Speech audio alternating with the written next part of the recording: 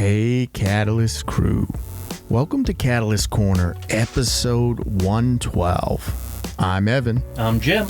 And we've got quite a bit today. We're going to talk about some movies. We got some Marvel news. Want to give a shout out to Disney, which is a little different. But, you know, we got a couple other things in the tank as well. So, how you doing, Jim? I'm still hanging in there. Still okay.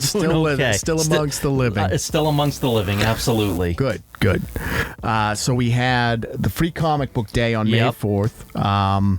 Or May 3rd this year, and we had a blast. It was a great awesome. Great time. A lot of people showed up. It was our best Free Comic Book Day we've done to date, so that's always awesome. And, you know, it's just one of those things where it finally feels like we're getting the hang of things. You know, the ship doesn't feel like it's sinking anymore. It's still leaking, but it doesn't feel like it's taking on water. Yeah, and the thing, too, is, you know, that it's the booth people come and gravitate towards, right? And you can't, and you know, unfortunately for some others, they can't always say that, right? But our booth always has constant amount of people. Yeah, there's traffic. Because you know what we're selling and what we're showcasing is really quality products, and they're a lot of fun, and people want to, at least if nothing else, come and take a look at what we have to offer, because they're not seeing that anywhere else. Right. And, in part it makes you feel good because you do get to see the feedback in real time. Right. Which is awesome. And then it also makes you feel good, you know, that we work really hard on trying to have products for every price point. I mean, you know, we have some really expensive stuff, and then we have some stuff that's a little more, you know, budget minded, and it's always good, you know, like I had a kid come up, and obviously he didn't have the money, you know, to buy maybe a helmet or whatever, but then he saw we had these 3D printed tikis, you know, and he got super excited and was able to get one of those because they were a little more on his price point. It's like I don't want, you know, a kid to see our booth and be like, I really want to get something from them, and then everything is just out of, you know, his price point, or her price point. So, you know, that's something we really work on doing, is really a price point for, you know, a product for every person. And the other thing too, though, is that, you know, people come over and they look at it, and now they may not be able to afford it. It might be, you know, out of their price range at the moment. But what they never say, and they're never gonna say, is, you know, oh, that much for that? Like, I wouldn't fucking pay you that for that because it's not worth it. Right. Everybody will say, oh, no, it's worth it, and I wish I had that money on me right now because I'd buy it right now. Right. And they circle back, you know, hopefully down the road they'll save up for it, and they will get it because they know that it's worth it. And that's really the key of it all, right? It's what is being charged. You're getting a quality product that is really worth it, as opposed to, like, no, you're out of your mind charging that much money for that. Like, I would never pay you that for that. Right, and we're making everything in-house. Right. So it's not like we're outsourcing to third parties or offshore or anything like that. All the products are made in-house by us. Like, you know, we want to make sure that if we're selling you something, it's not mass manufactured crap. Yeah, we're surrounded by the manufacturing as we sit here talking right now. I mean, you know, things are going on in the background. The amount of radiation. Right, exactly. Exactly. We are glowing right now. Yeah, you wouldn't know I haven't, that, like, but sprouted a third arm or whatever. Exactly. So what have you seen? So I caught a movie that I have been very excited to finally catch, because I've not been able to find this movie. Okay. Right? One of those lost media gems. You know, it's not new, but it's not super old, but it's just never on demand. Yeah. Oldboy. Oh, the Japanese version. Oh, way back, Korean. Well, Korean version, excuse me. No, way different. Right. Way different vibe than the... And I've never been able to catch that version. So before we get into this, okay, I watched the Korean version of Oldboy. It was streaming on Netflix in the early days of Netflix, like before they even had like a catalog, or they were this conglomerate, and they just started coming out with streaming and stuff. And I had never heard of it. I went to it totally blind. It fucked me up a little bit. I'm not going to lie to you, like, because I was just like, what the hell? So I read the manga, right? Yeah. I've never got to see the movie, but I read the manga. So I knew what the story was, right? Right. So I tell my partner, I'm like, it's dark. Just be prepared. Yeah, just buckle up. It's dark, right? The movie ends. She's like, "You said it's dark. What the fuck?" Oh, it's pitch black. It's pitch black. She's like, she came back to me that following day. She's like, "I can't stop thinking about what we just watched." Yeah, and I'm like, "Well, that means it's a great movie." And I'm like, that is exactly what that movie was intended to be. So, I mean, if anybody doesn't know what this movie is, again, I'll give you spoilers because it's not new. So if you haven't seen it, right, and there is the American version with Brolin and Olsen, right. So the guy gets kidnapped out on the street. He gets kidnapped for 15 years. He's like a salary man or whatever too. Yeah. He's like just a regular Joe Schmo business guy. Like you wouldn't, no reason why. You would have no reason to think, why would this guy get captured and put in this confinement for 15 years? Right.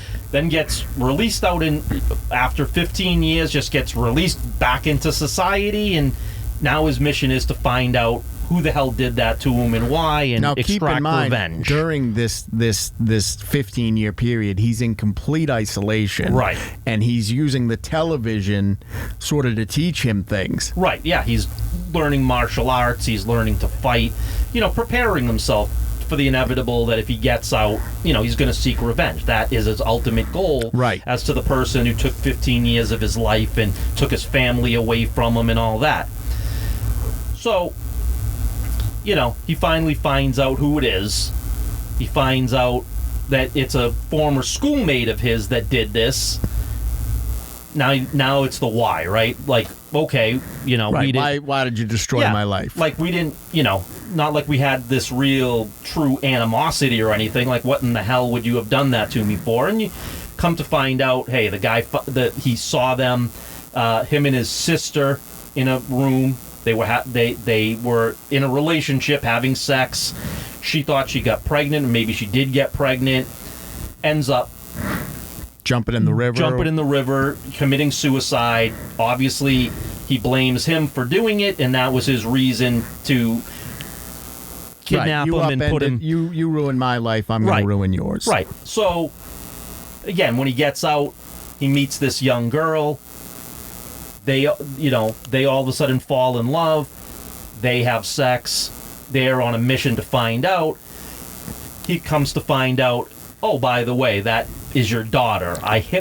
We hypnotized you and your daughter so that this would happen. So, you caught me and my sister. Now look at you. You and your daughter are now right. And now I've done it to you. Now it's payback, right? And so the guy's like, hey, I've got nothing else to live for. Kills himself because he doesn't even get the satisfaction of the revenge. Right. Yeah, and then he just so he finds the hypnotist and just basically like, hey, wipe me out because I don't want to remember any of this shit. Just that scene where he's staring at himself in the glass in the building at the end and this movie just messes with you. I mean, it absolutely, like, you never, if you didn't read it, which I did, so I knew what was coming, but if you hadn't, and I will say the one thing, the hammer scene is not in the comic. Yeah, but it's so well done. Yeah. But, I mean, this movie, it absolutely just destroys your mind and makes you like, what in the hell did I just watch? Yeah, like, I can't even believe they made this. It's one of those ones that sticks with you. Daisu, man. Yeah, that one, I have never been able to let that one go. Yeah, so I was so excited when I was flipping by it. I'm like, oh, it's on. It's on for free. I'm like, no, I am not going to pass up the opportunity to watch this. I dove right in. like I said, it highly recommend. Yeah, that's a movie that if you have the opportunity, don't watch the Americanized one. You have to watch the Korean one. No, the Americanized one doesn't. I mean, it has the same sort of story beats, I guess, Right. but it doesn't hit like the Korean one. And I mean, again, there are subtitles, so you do have to read the movie. And if that's a thing, like I've done plenty of that, so I'm accustomed to that. It doesn't really you get bother used to me it after a few minutes. Yeah. But I highly recommend that if anybody listening has not seen that movie, seek it out, watch it, and then come back here and leave some comments as to how badly it messed you up. Yeah, let us know. Yeah. Yeah, that's probably in my top 15 all time. Yeah, for sure. Easy. For sure. Easy. What about you? What did you catch? So I caught one and a little bit of another. Okay. So I watched Hard Eyes. Hard Eyes. I'm not familiar with that. So the way it was explained to me before I watched it was, run-of-the-mill type of slasher movie. Okay. Right? It is.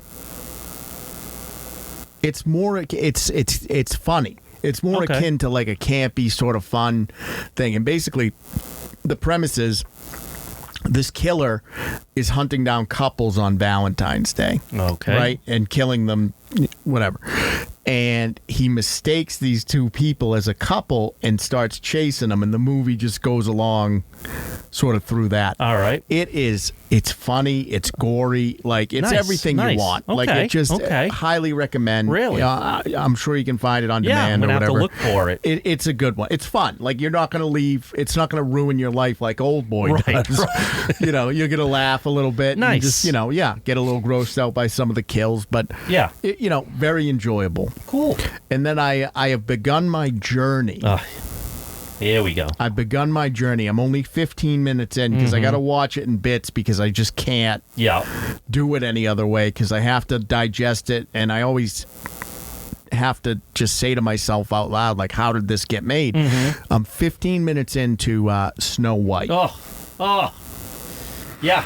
So let me Yeah, give you good on ya. let me give you the 15 minutes. Okay, yeah, so far. let's hear. First of all, the Disney logo at the beginning is way too long. It's like Is it? you flying through the fucking land and shit. No, Like, bro, nice. show me the castle, show me the rainbow, and let's fucking go. Right, let's get it started. Like, come on now. yeah. No. You No. gotta fly around. I gotta see all the theme park and shit. I'm like, Sure. bro, I don't need a 30-second logo for you guys. I know who you are. Right. Opens up immediately to a song. Not an original song. I mean, not a song from the original. This is just some fucking shit they tacked Just a on. new song. Oh my god! And it's like if you fed a Broadway play through ChatGPT and said, "Write me a song." It's just terrible. Yeah. And what's even worse, and I've noticed this with a lot of these musical live, productions that they've been doing. They all start the same. It's always this big crowd dancing in the village. It happened in Wicked. It happened in Beauty and the Beast. It's happened in this. It's happened in Aladdin. Like, it's always the same. And, like, Yep. it's almost hard to distinguish one from another. Sure. Because I was like, oh, you could literally plug this into any. Like, that's the thing is, like, it feels so copy-paste from all the other ones that there's not a bone of original creativity in it there at isn't. all. There isn't. And I was just shocked by that. Yeah. Yeah, no, there's no originality to it. And again, even the original cartoons, they reused animation, right? So even back then, they for all intents and purposes, like, copy and pasting. But that's what they, Disney is famous for that. Right, but in fairness, like a lot, even in video games today, like they'll use the same skeletal animations for things. Sure. Like, that's just, it wouldn't make sense to do the work if you can plug and play. I get that. But Yeah. but as I'm watching the intro to this, I'm just like, I couldn't, if you didn't tell me what movie this was, I wouldn't fucking know. Right. Because it's all the same. The Wicked Witch, Wicked has the same intro. Townsfolk dancing. Beauty and the Beast has the same intro. Townsfolk dancing. And when you start doing original, like the thing that's supposed to distinguish the thing that makes it original is the songs and the music. So when you start plugging in these modern day songs at the beginning of all these movies, Wicked aside, Wicked didn't do that, but like, you know what I mean? It becomes very hard to say, oh yeah, this one's Snow White or this one's Aladdin Beauty and the Beast or or Aladdin, because it's just like it's all the same. Right. So I don't know. I'm trying to see if it really earned its 1-star rating. So far, it's bad. I mean, I don't know that it's 1-star bad yet. I mean, like the music is unoriginal, the intro's unoriginal. Visually, it's very bright and colorful. Well, but yeah, like, but we talked about this the last time. Rachel Zegler killed this movie more than it would have deserved. Right. So again, but again, you know how I am. I don't like to just shit on something without seeing it. Sure, no, absolutely. But again, it's a bad movie, but yes, it suffered because directly of Rachel Zegler and her comments, more so than it would have had that not occurred. I did think it was weird that they, it is weird that they said, oh, she's Snow White because she was born in a snowstorm. Right. Like, that's dumb as fuck. Right. Like, yeah, a lot of people are born in a snowstorm like that. Right, yeah. Why like, would you name her that? This is my kid Hurricane Tsunami. Right. Like, Yeah. what the fuck? Yeah. I mean, there's a lot of kids born in wintertime. Right. That's a pretty normal occurrence. This is my kid Hurricane Blue. Right. Like, just dumb shit like that. Yeah, that was stupid. So that's dumb. I thought the funniest moment so far that I thoroughly enjoyed was the Queen as a punishment to Snow White after the father disappears or whatever. He punishes her. She punishes her by cutting her hair. So that terrible haircut is actually a punishment. Oh. So I said, oh, that makes a little more sense. That is a punishment. Yeah, it was a punishment to see it. Right. So no, that makes perfect sense. I was like, all right, you got me there. Right. Hey, when you're right, you're right. Yeah, exactly. Yeah. So, that I'm 15 minutes in. That's where I left off. She was just punished. She just grew up from, I got my first taste of Zegler. She's just, I don't know what it is, but she's so unlikable. Yeah, she really is. I don't know what it is. I cannot put my finger on, like, why. And I don't know if it's just because of all the bullshit with the interviews and stuff, but there's just something so unlikable about her. But that's the thing. I mean, how do you really differentiate anymore, right? I mean, she's just she has shown herself to be such an unlikable and entitled person that how do you separate that anymore? You know what I mean? Like, it's going to carry over every time you see her and every time she talks. People are going to just, shit all over her because, and even if she's saying something so benign, she's going to get hatred just because she has brought it upon herself. Right. And she has made so many enemies. And I thought another thing I thought was kind of funny was, I had seen a lot of the people funneling the ChatGPT videos where they're kind of making fun of her doing the simple jack shit and stuff. She does do this thing with her face where she like sticks her chin out.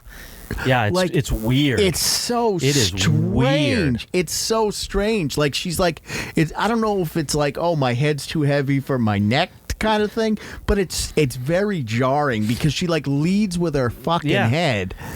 But but when she does that, right, and I know like the part with the huntsman, right, where the guy was. Yeah, well, I'm not there yet. No, but like she does it there, right, and it's supposed to, she's supposed to be emoting fear, right, in that scene, and it doesn't, and it comes across as you look just stupid, right? Like you can't act. Like that just shows like you can't act. And it's just weird. Like it is something that I noticed. Just she's been on scene for maybe a minute, and like just her walking through a hallway, she's like sticking her fucking head out, and I'm just like, what are you doing? Yeah, it's very, very weird looking. It's not how like normal people walk around. No, not at all. So that was another thing that kind of threw me sort of for a loop. Yeah. So that's where I'm at with that. Nice. I want to stick on Disney proper for a minute, because now I want to pivot and give them some love. Yeah, let's do that. So Disneyland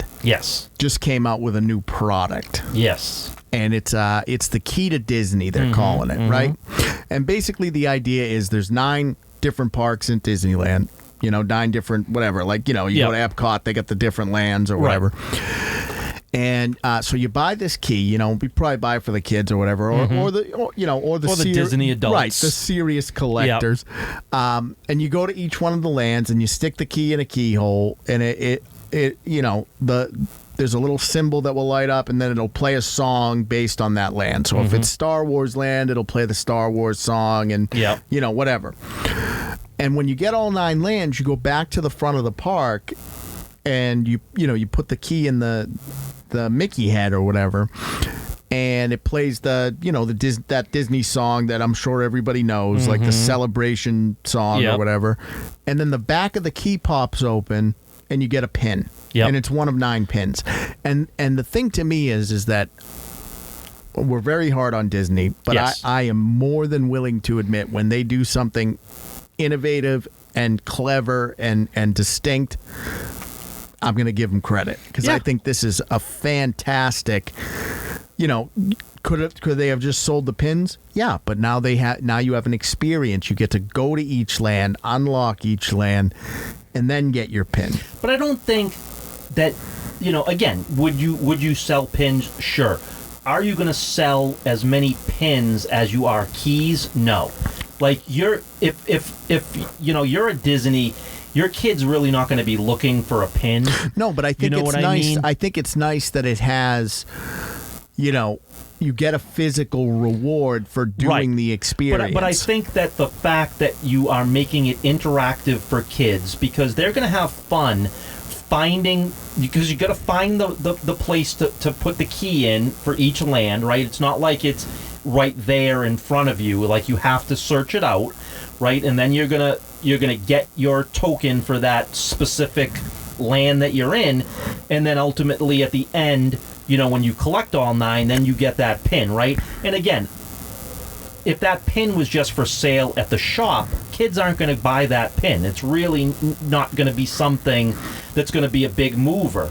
But the overall of the getting the key and getting to do all the interactive activity, having and then the getting experience, the pin, having the experience, right? It actually adds value. It's a scavenger hunt type of thing, right. and kids are going to love that. And I think it adds value to the pin itself, It because does. now you've made a memory with that pin. Right? Exactly.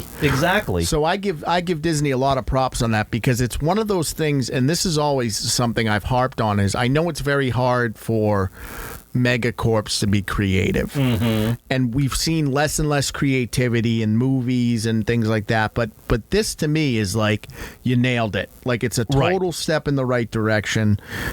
Bring that fun, engaging experience to the kids, and then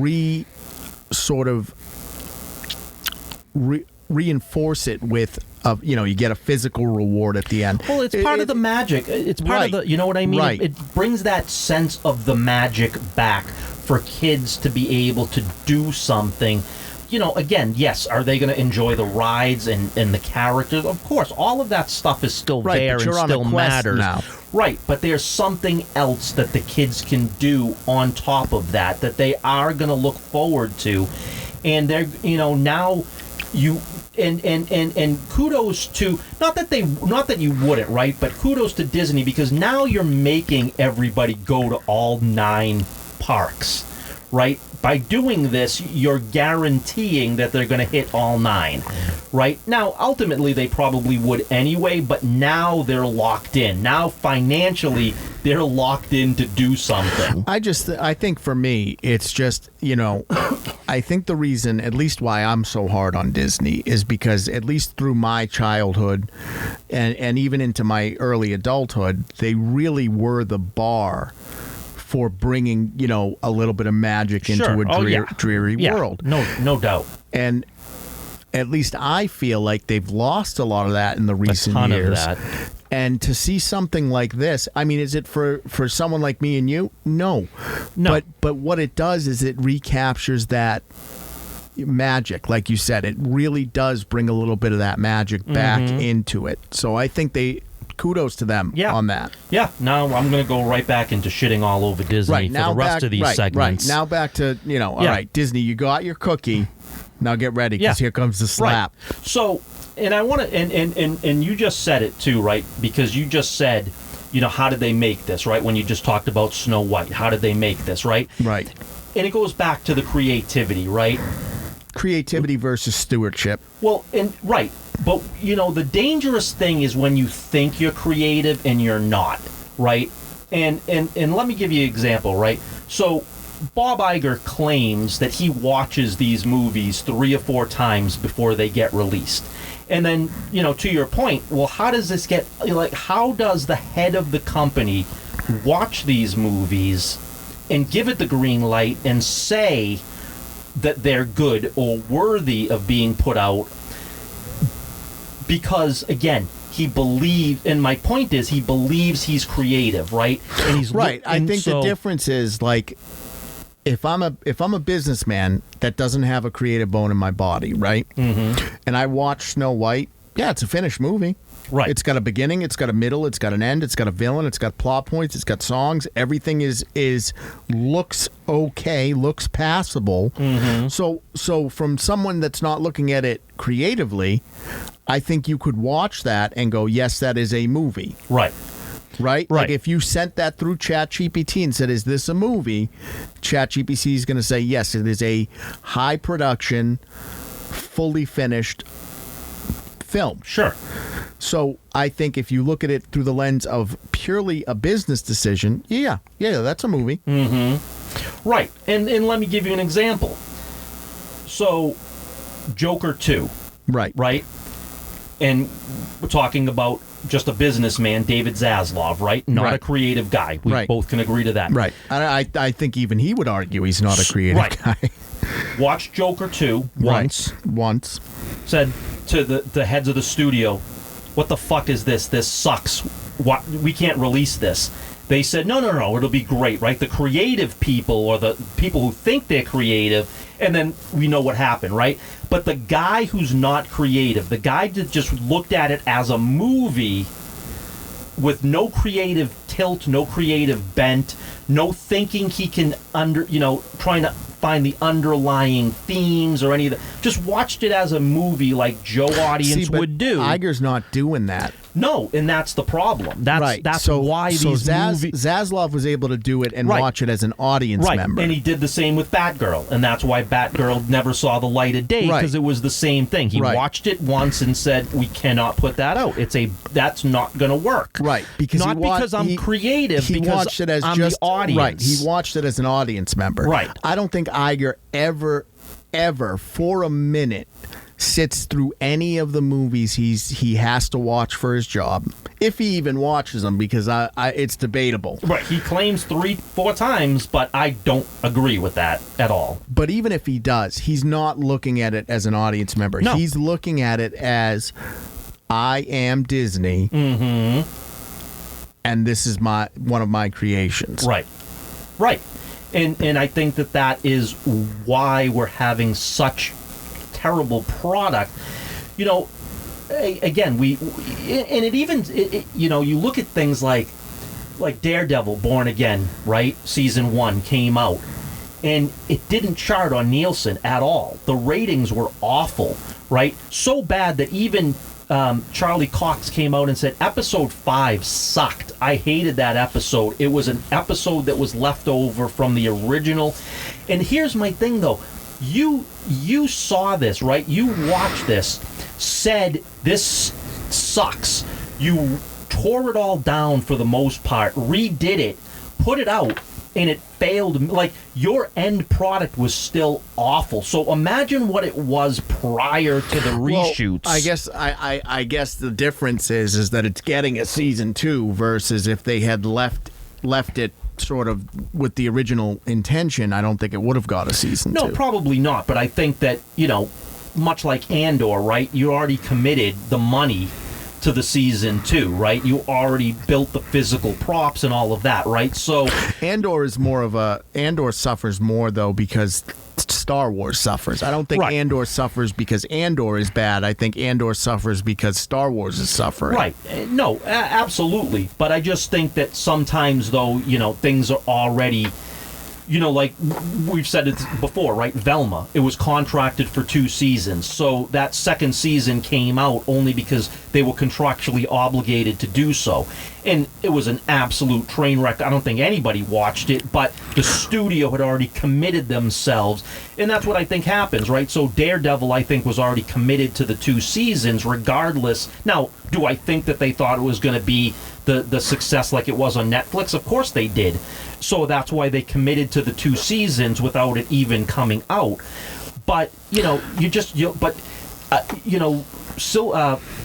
Fantastic Four is coming out in July. It's going through reshoots as we speak, right? So they looked at it and they said something's not right. We got to go back and do more because it's not good enough. I think where Disney has kind of lost the plot a little bit on all of this is you can have your movies like your Fantastic Fours and your Thunderbolts, which is doing okay. No, Thunderbolt's not doing okay. I've heard nothing but good about it. Yeah, but financially it's right because nobody's going. You've lost the audience. Right, people have lost faith in the property. People who's gone can say they like it, and there is good talk of it, but But the normies don't care anymore. No one's going to Marvel movies anymore. Right. We'll have to see what happens with like Doomsday and all that. Like I think that'll probably be. I think they're banking on that being sort of a return to form. Yeah. But I think where they lost the plot was you're not going to get the upfront revenue on a show like Daredevil. No. That you would with Fantastic Four, right? You're going to get your box, even if Marvel was still in full swing and everyone was a banger and making all the money, you're not going to get upfront money on any Disney Plus shows. No, you might get a couple subscribers, relatively, and the people that already have it will watch it. But where you make the money on a property like that is in the merchandise. Yeah, and if you can't get people into the property, you're not going to sell the merchandise. Right. Yeah, and they're having a very difficult time with that, and nothing to this point merchandise wise has sold. I mean, you can look at the shelves of the Ollies and the discount stores and clearance centers at Walmart, and it's all the Marvel stuff. It's all the Marvel Phase 4 and 5 merchandise that clogs up these shelves because nobody was interested. Now, granted, yeah, but even like I took a walk in Walmart the other day, right? And I went down the toy section because I'm just curious. Yeah. And I looked at the Star Wars section, right? And they had you remember the Kenner figure size ones, the little ones, right? They've been doing those forever. They still the do retro ones, but they still do the Kenner sized figures for the new stuff too. And they had Timothy Oliphant's character. They had Carrie Ann Moss's character, right? And they want $25. Yeah. And you're not getting that. And I'm just like, you want me to... Carrie Ann Moss's character fucking died in the first episode of The Acolyte. You want me to give you $25 for that shit? You're out of your fucking mind. And then I walk down a little further, and I see the McFarlane stuff, which is 3 times bigger, 3 times more detailed, and it's the same fucking price. Right. And and again, the thing is, and they just had a survey not that long ago, toy buying, right? 30 to 50-year-olds are the core audience of toy buying. More than infants, more than children. Like, children are not, they do not represent the largest number of that buy toys. It's older people now for collecting purposes. There's no more Toys R Us. Like, there's a reason for that. So, again, now you're going back to the fact that, okay, you're making toys still for children, but the children aren't buying, or parents aren't buying for the children, they're not playing with those toys. The thing is that even if let's just operate under the assumption that the kids are into Star Wars and they do want to buy the toys, who the fuck is buying Carrie-Anne Moss's action figure? Well, but that's also part of the problem too, right? But this goes back to the fact that you're making shows and movies with D and F list characters that aren't going to generate merchandise sales. Like, even, again, look at the original Star Wars trilogy, right? Not every character on there got a toy. And there was a reason for that. Right. You know what I mean? Because they weren't going to sell. Like, yes, did some of them that get made, people might say, well, that character was only in it for a minute or so. Okay, yeah, you still had X amount you wanted to get out, but they looked cool, right? And so you're going to buy them because they look cool. But a Carrie-Anne Moss action figure doesn't look cool, and so therefore no kid is going to be interested in buying that. And collectors aren't, you'll get a few that'll buy it, but not many. I can only, and again, I'm younger than you are, so Mm-hmm. I didn't have the original sort of trilogy toy action, but I remember going into Toys R Us as a kid, Mm-hmm. right? And they had Luke and they had Vader and again, they were those retro, they've been doing them forever. Right. And I remember grabbing Luke, I remember grabbing Vader, I remember grabbing a couple other ones. And then when episode 1 came out, I grabbed Obi-Wan, I grabbed Darth Maul, I grabbed Qui-Gon, and that was it. Like, there were other toys, but that's really all I was into. You know what I mean? Right. And it's just you're not going to sell every toy from every line, but when your whole line is fucking Timothy Olyphant and Carrie-Anne Moss, you're not going to sell any of them. No, and at $25, $24.95. Right. And you're not, but they were fucking $8 when I was a kid. Oh yeah. But you're also not going to sell Eternals figures, and you're not going to sell Miss Marvel, and you're not going to sell, Shuri. Again, all the toys that are collecting dust for years and years and years on the shelves at Ollie's are going to still collect dust forever until they put them into the landfills, because there's no interest. And this goes back to the problem of no interest in the characters. There's no collectability either. Nobody's buying the Carrie-Anne Moss figure and going in 20 years this is going to be worth something, because the Acolyte is dead. Right. And she had a very small role in it. Right. And even the OSHA and May figures are going to be worth they're worth nothing, because again, the Acolyte is dead. It was not well received. People don't like the characters, and they're going to fade into obscurity. There's no Kylo Ren. No. There's no Rey on the shelves. They had Vader, Luke, Chewie, and Han. Yeah, because those are the only things that have the potential of selling. Right, and Leia. They had those 4, right? And then it was just a bunch of this new stuff, which I'm not saying it all has to be Vader, Luke, blah, blah, blah. But the stuff that you've put out in the last 10 years, I'm looking at the toys and I'm just going who is this for? It's not for, and that's the problem. Nothing, it's for nobody, and that's the reason why these movies are failing. Going back to Thunderbolts, right?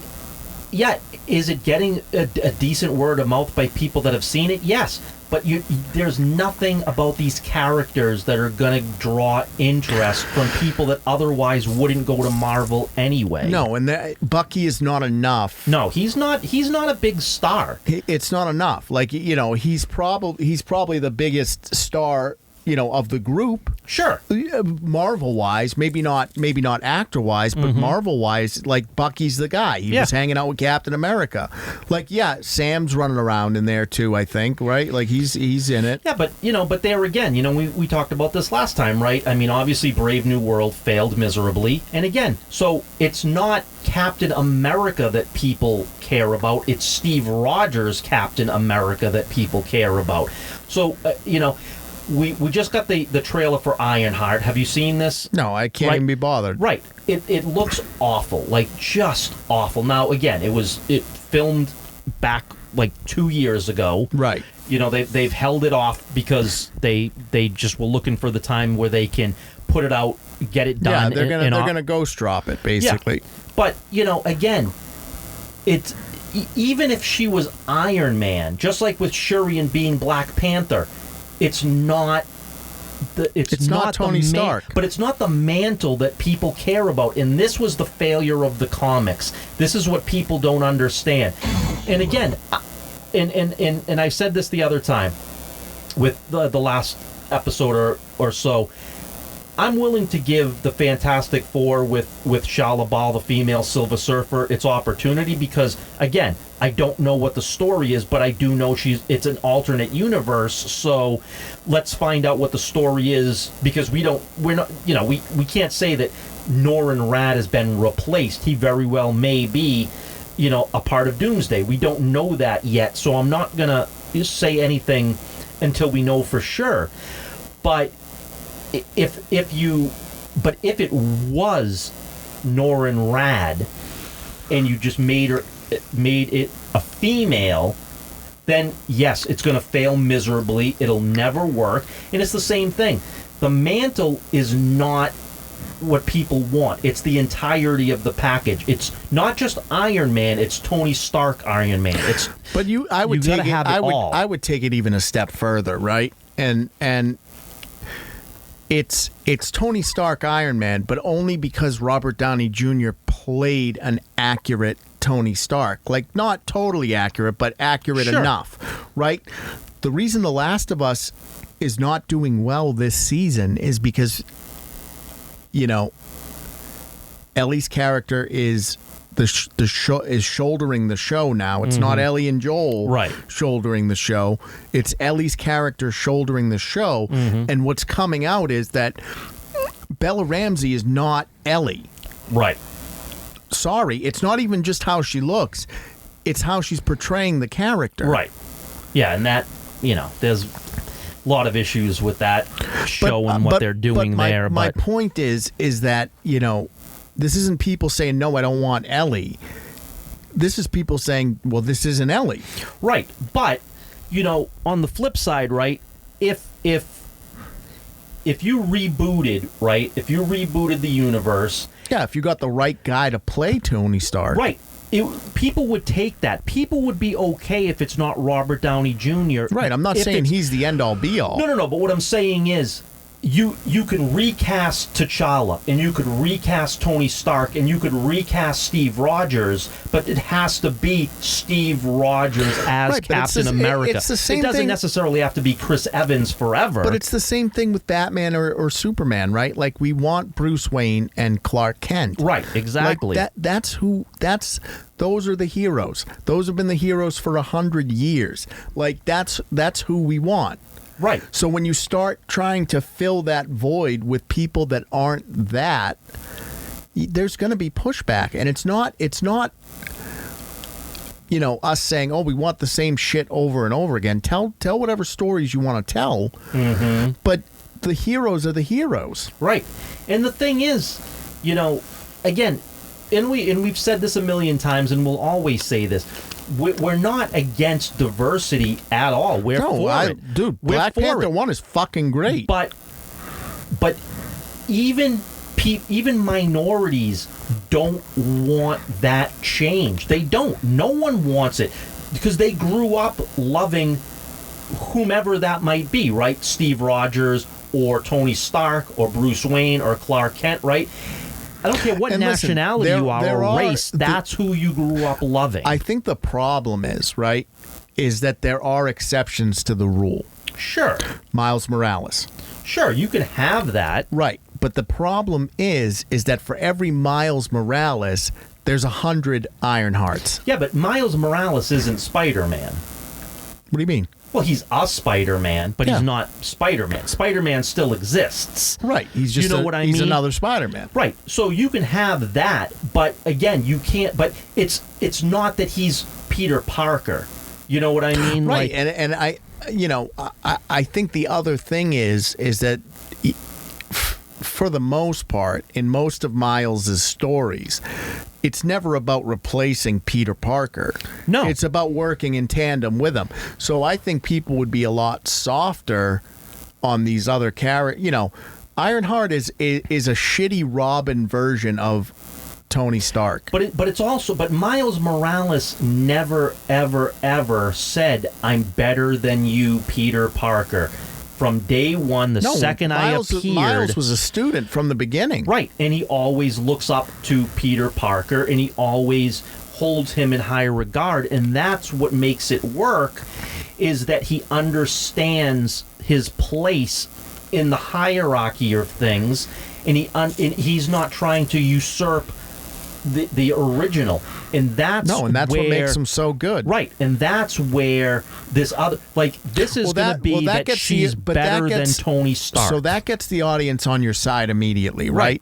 And then you can start telling stories to flesh out the character, and then the audience goes, "Oh, I see you're going through it too. Okay." Yeah. Cool. I like you like I like Peter. It's the same sort of, you've earned that sort of respect from me because you came in, you let Peter be your teacher, and then when you start telling stories in your universe and I see you're going through the same kind of shit, I'm there. Yeah. Because I'm like, yeah, you already earned my respect because you didn't shit on what was already there. Right. Right. And even go back to the comics, right? I mean, for a while, Bruce Wayne was not Batman. Dick Grayson took over for a short time, right? But it was never meant to be forever. It was only depending on the story, right? Because I mean, he was in Hush. He did it for a minute, right? Yeah, but that's the thing, right? If anybody could replace Bruce Wayne, it's Dick Grayson, right? Yeah, sort of. I mean, Dick Grayson is like a less dangerous version of Batman. But my point is, worthy-wise, right? Right, it's Dick Grayson. But he can't replace Bruce Wayne. No, if they ever started a run where, Bruce died and it's just Dick Grayson all the time, I don't think it would do well. And this is the problem with Sam Wilson. Right? Oh yeah, totally agree. Sam Wilson, totally agree. He went through it, and he was the worthy successor, but it's never gonna work. He's never going to hold that mantle and be able to hold it to the level of Steve Rogers. Well, the other problem too is that he doesn't have a villain. No, there's never that Red Skull situation. Right, yeah, with Sam. Well, that's part of the issue with all these new characters is they don't have an exciting villain. You've burned through all of your A-list villains, or you're saved. You got a couple still in the chamber, but you've burned through a good chunk of them, and so if I can't get on board with oh yeah, Sam fought the leader. Fucking great. Yeah, which cool. Which again is not a that makes no sense. The fucking leader, oh yeah. But the thing too, but okay, so you fought the leader, which again doesn't make any sense. But okay, where do you go now from there? Right. Because you don't have another villain lined up. So again, you can only have him as part of a bigger ensemble where they're taking on. So yeah, can he take on Doctor Doom, or can he take on Galactus? Sure, obviously. Right, or you can have Ultron come back. You're not going to burn Galactus or Doom in a Sam Fisher Captain America movie. Right, you're not. Right, just like if you do return Ultron, which I believe at some point they probably will. Right, you're not going to have Ultron be the villain to Captain America 5. You know what I mean? Because it wouldn't work. So that's the problem, is that they don't... When you start running into the B tier and C tier heroes, you're talking about D and F tier villains. Mm-hmm. And part of getting on board with a hero, especially for a multi-picture deal, is you better have some fucking villains in your repertoire. Yeah, and I mean, again, you can't, like, we haven't seen X-Men villains, and I don't want to see X-Men villains other than against the X-Men. Like, Right. I don't want to see Magneto fighting Captain Marvel. Neither do I. You know what I mean? And nor does anybody. But that's part of the problem, is that they don't have exciting villains. So therefore, no matter what the stakes are, right? Mm-hmm. It's not fun to watch. No. And the thing is, again, I didn't see Thunderbolt, so I don't know what exactly happens, right? But I mean, again, you're not. Sentry isn't the greatest villain of all time. No, and of course he eventually becomes a hero, right? So I mean, ultimately he's turning. He's not going to be a villain that really is going to be any long-standing threat, because what happens, that he does turn. We know that from years of comics. Right. But, again, can Doctor Doom, but I don't want to see Doctor Doom against Sam Wilson, Captain America. Right. It's just one of those things, they rebranded it as the New Avengers now. Yeah. And it's just like, but that doesn't feel like the Avengers. Right. So it's like, okay, so what? You're going to, Sam is going to lead them. This team is now your Avengers until further notice. And it's like, okay, well, but then, I guess. But then the other half of that is, they're the New Avengers until Doom shows up, and then we got to bring back the heavy hitters. Like, right. What? Yeah. I mean, look, at this point, I think we all have to agree Kevin Feige has no creativity. And if he did, it's gone, right? Yeah, I don't think we can say he's a creative force. I think a lot of Feige's problem is that he's kind of fallen in love with his own legend. Mm-hmm. Do you know what I mean? Yeah. And he thought he would... Look, he carried through what he said he was going to do. He said he was going to make it the most diverse ever. He said he was going to make it 50% women for phases 4 and 5. He carried through his vision, and it's failed spectacularly and epically. But what's bizarre to me is that for someone like Feige, who claims to love Marvel, and I'm not saying he doesn't. Like, right. I don't want to put words in the man's mouth, right? But he has said, though, he doesn't love it as much as Star Wars. But you have a history. You have a history in the comics. Like, there have been runs of these characters, and they're never successful. No. So it's like it's not like you can sit there and go, well, how could we have known? Well, because it was all outlined there over the last 30 years. Right, and you know what the thing? And I go back to saying, like, and we've talked about this. Again, you're never going to listen to the fans 100%. I don't think you can. No, you can't.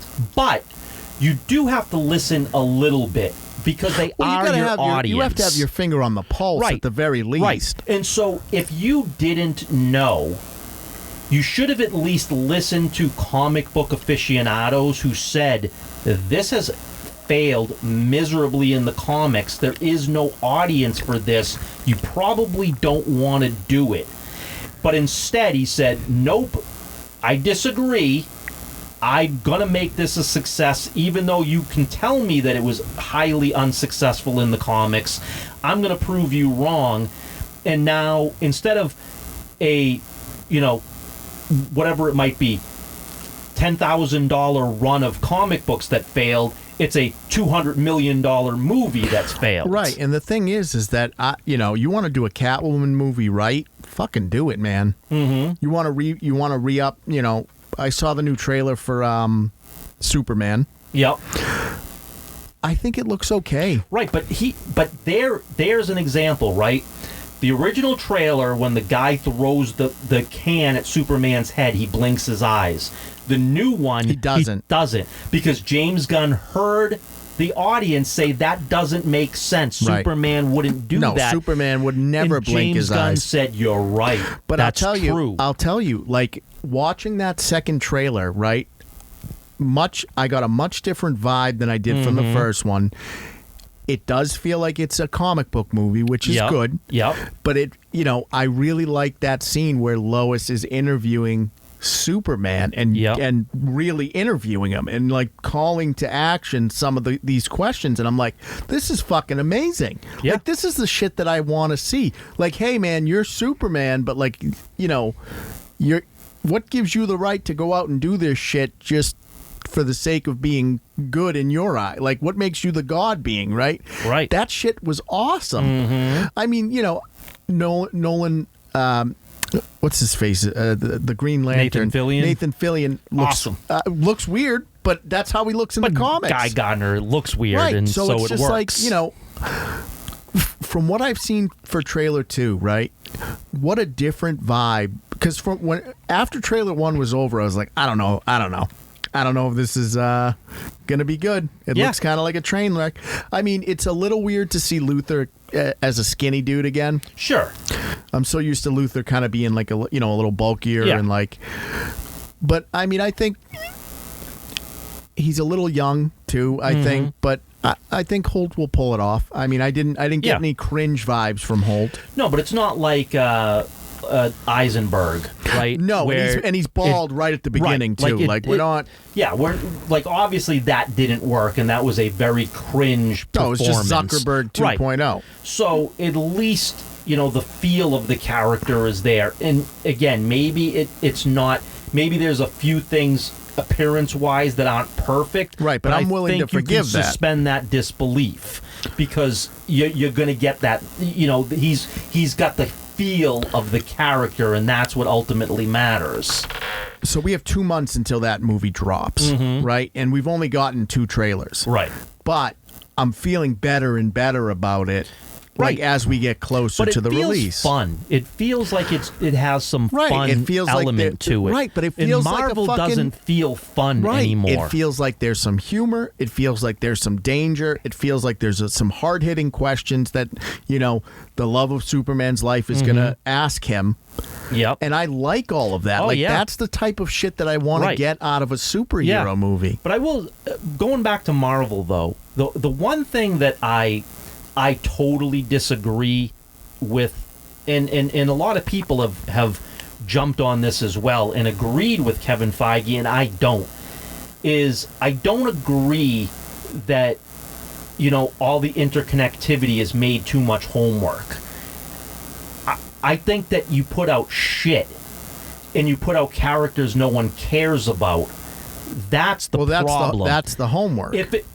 But if it was, but it's not the interconnectivity. No. It's not if you were releasing banger after banger after banger, people will stay up with it. But you're not admitting that's the homework. You're just saying, well, you know, because Bob Iger comes out and says, oh, well, we put out, you know, again, he's for the last 4 years has said, oh, we got to start putting out quality over quantity.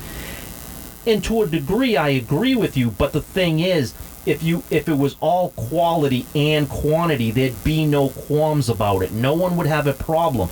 The homework is that no one wants to watch your shit characters. Right, and you can't sandwich. Like, the thing is when Thor 2 came out, right? Arguably the worst Thor movie. I mean, you know, of the original phase 1 through 3. But people were forgiving of that because it was sandwiched between 2 other good films. So we will do the homework as long as the majority of the you're never going to have a perfect run. No. But if 80% of what you're putting out is good, we're willing to do the homework on the other 20%. Right. You know what I mean? Yeah. Like, I'll go like when Captain Marvel came out, I went and watched it because I was like, you know, all right, whatever. Well, we thought there was something that was going to be in there because we were told that you had to watch it to understand Endgame. You know, we were lied to. But even if that didn't happen, it was so hot at that time. People were going to go to that movie anyway. You're going to go. Right. But now, like Thunderbolts, right? Arguably, probably the best Marvel film they've released in a while. Oh. But nobody's going. Right. No one's you know. Well, you've damaged it so much that now it all feels like homework. Well, see, here's the thing, right? And I said this at the time, and I'm gonna take credit. When Deadpool and Wolverine came out, I said it will have no impact going forward. And it hasn't. It has zero. And what's bizarre about it is it doesn't even feel connected. Because it really isn't. Because it was more of a farewell to Fox, more so than an MCU right. But what I'm movie. saying is that, like, it's the only one that's done $1 billion in years. Right. But since then, you've put out Agatha All Along, which has flopped miserably. You've put out, Captain America Brave New World, which was a flop. You put out Daredevil Season 1 of Born Again, which I hate to say it's a flop, but it was a flop. Right. That one still might have life in it, though. Maybe. And Thunderbolts is going to be a money loser. Even though people film. might like it, it's going to lose money. At least with Thunderbolts, you might have a chance to make it back on the back end. Right. Sure. And then, you're going to get... And then you got next up Ironheart, right? Flop. So, again... It's not that, and that's not that much. I mean, when you consider what I just said, that's not a lot of things to watch over that course of time if it was good. The problem is that you can't expect people to sit through 8 episodes of an Agatha All Along because it's awful with characters that no one cares about and don't have any impact on the overarching story either. So stop making again. You made Ironheart. You could have taken it as a tax write-off. You decide you're going to put it out. It's going to flop miserably, but then you have to be done with it. You have to say, okay, that was her arc. And if you want to, and if you're going to make a Young Avengers on Disney Plus, which it seems like you are, and you want to have her included in it, okay, no one can stop you, obviously, but just understand that there's no care for these characters, and when it doesn't perform well, you already had all the evidence that you needed to know that it was not going to go well. The only character, realistically, that is liked to this point for Young Avengers is Kate Bishop. Yeah, she trended okay. She's the only one that people are like, yep, I'll take more of her. Right? I don't, obviously, if you saw Hawkeye, her and Yelena Belova, that was fun, right? They had that little, right? Again, Hawkeye was not a, the ending with her beating Kingpin was atrocious and just a true sin. But overall, she came out of it, that series, where people were like, yeah, okay, I don't mind her going forward. And even people like, again, you can like the girl who plays Miss Marvel. The character sucks. She's flopped miserably in everything. Right, and the thing is, not going to work, regardless of her. Part of the reason the Avengers game failed is because they sold us an Avengers game, and then Miss Marvel was the main character, and they didn't tell you that up front. Yeah. And it was just like, yeah, but I want to play as Iron Man and company. I don't want to play as Miss Marvel. Mm-hmm. See, here's the thing, right? Brie Larson, people don't care for, right? And Captain Marvel has failed. Iman Vellani, who plays Miss Marvel, people do like, but the character failed. It doesn't matter who you get to play those characters. Right. There's a difference between Rachel Zegler ruining Snow White because of who she is, and Miss Marvel being a flop because the character sucks. Right. Absolutely. So again, you can say, I like the girl, she's fun, she's wit. Yeah, she's good. She's very endearing. It's not gonna work. It's never gonna work, and you have to accept it, and you have to move on from it. Take the wins like a Kate Bishop and say, okay, Haley Steinfeld, people like her, and people liked the Kate Bishop character enough where people would be okay with her going forward. And if she's going to replace Hawkeye because Jeremy Renner maybe can't do it anymore based upon the injuries he suffered, and maybe he can't, I don't know his physical performance or anymore as what he can do, but if you want to make that change, people will be okay with that one because Hawkeye is not a main character anyway. Right. No, he's not shouldering the franchise or anything like that. But you have to look. You have to go through, and like we talked about the other. If those chairs when they did that thing is the setup to you're going to kill most of those people off, then good, great idea. But again, you didn't generate any interest. Like, going back to that, does anybody talk about those chairs, that whole thing anymore? They even no released, one. Downey released that picture of him. You saw that? Yeah. Right. I mean, that didn't blow up either. No. Right. People are. You've released enough stinkers at this point that people are either wary or very fatigued with Marvel. So I mean, that's where we're at on everything. Right. But if you were to reboot the universe and Tony Stark was back and Steve Rogers was back. Oh, you need to take 5 years off. Well, that too. You need to get rid of Feige. Yep. Bring someone in that can reinvent the universe and then bring the characters back fresh. Yeah. And don't tell the same fucking story. Right. And then you would get people to come back on board because those are the characters that people want. And even if you change the actors, you will get people. Just like, everybody is, how many people bitched and moaned about Henry Cavill getting screwed out of being Superman until you start getting these Superman trailers that are coming out. And now everybody's like, I hate, I'm not going to support this. Henry Cavill. Oh, wait a minute now. That looks David pretty Cornsweet good. Looks like Superman. Hold on now. I might be interested. Like, they'll do the same thing if you replace Downey and Evans. If James Gunn does his job, which I mean, if anybody can do it, it's going to be him. This is going to be your Superman going forward. And even though Cavill looked the part and was good in the role, like, Snyder was not the guy. No. To carry that torch. Right. And I think it shows. Like, even the Snyder cut, right, which is the best DCU we had, isn't that good. No, it was way better than the Justice League they put out originally. Sure, but I mean, again, you're grading on a curve. Bar. Right, you're grading on a curve. Yeah. Like, there were elements of it that were great, but again, it was rushed. Like, here's the thing. Here's what James Gunn's job needs to be. You better establish Superman. You better establish Batman, Wonder Woman.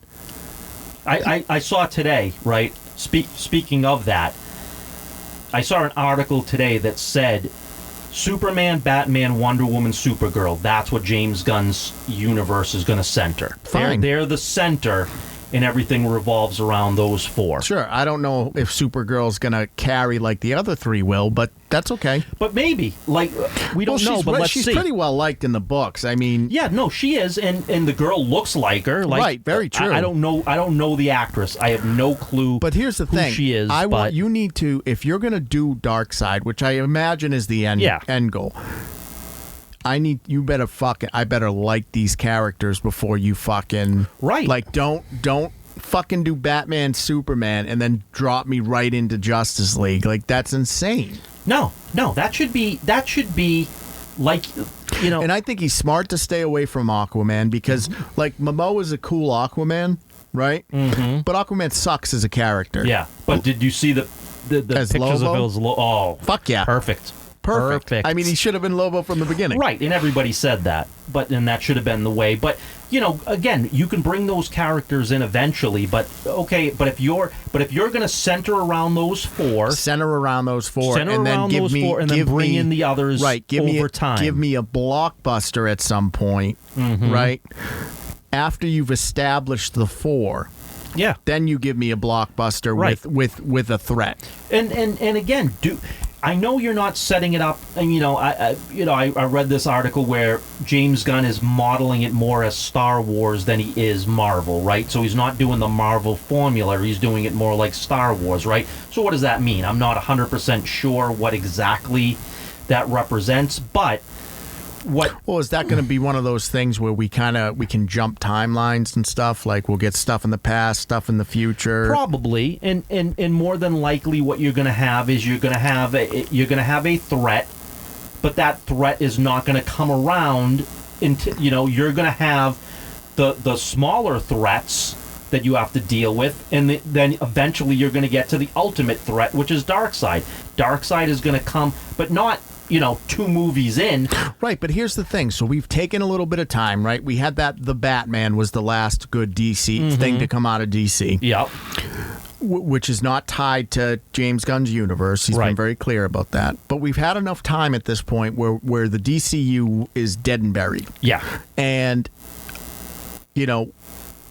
I'm ready to start over. Like, all right, let's get Corn Sweat in here. He seems like he can play the part. Mm-hmm. I'm not saying you got to do 3 movies before we get an Avengers type of thing, but like at least give me one. Give me a Batman. But you got to establish all. But if that's what you're going to do, if you're centering around those 4, then you have to have those 4 individual movies. Right. I need 4 movies before. Right. Before I get any type of team up. Yeah. Yeah, and then eventually, you got to bring in the others at some point. You got to bring in the Flash. You got to bring in Aquaman. Right, but you don't. Hal Jordan has to come in. Right, but they don't have to be full-fledged movies.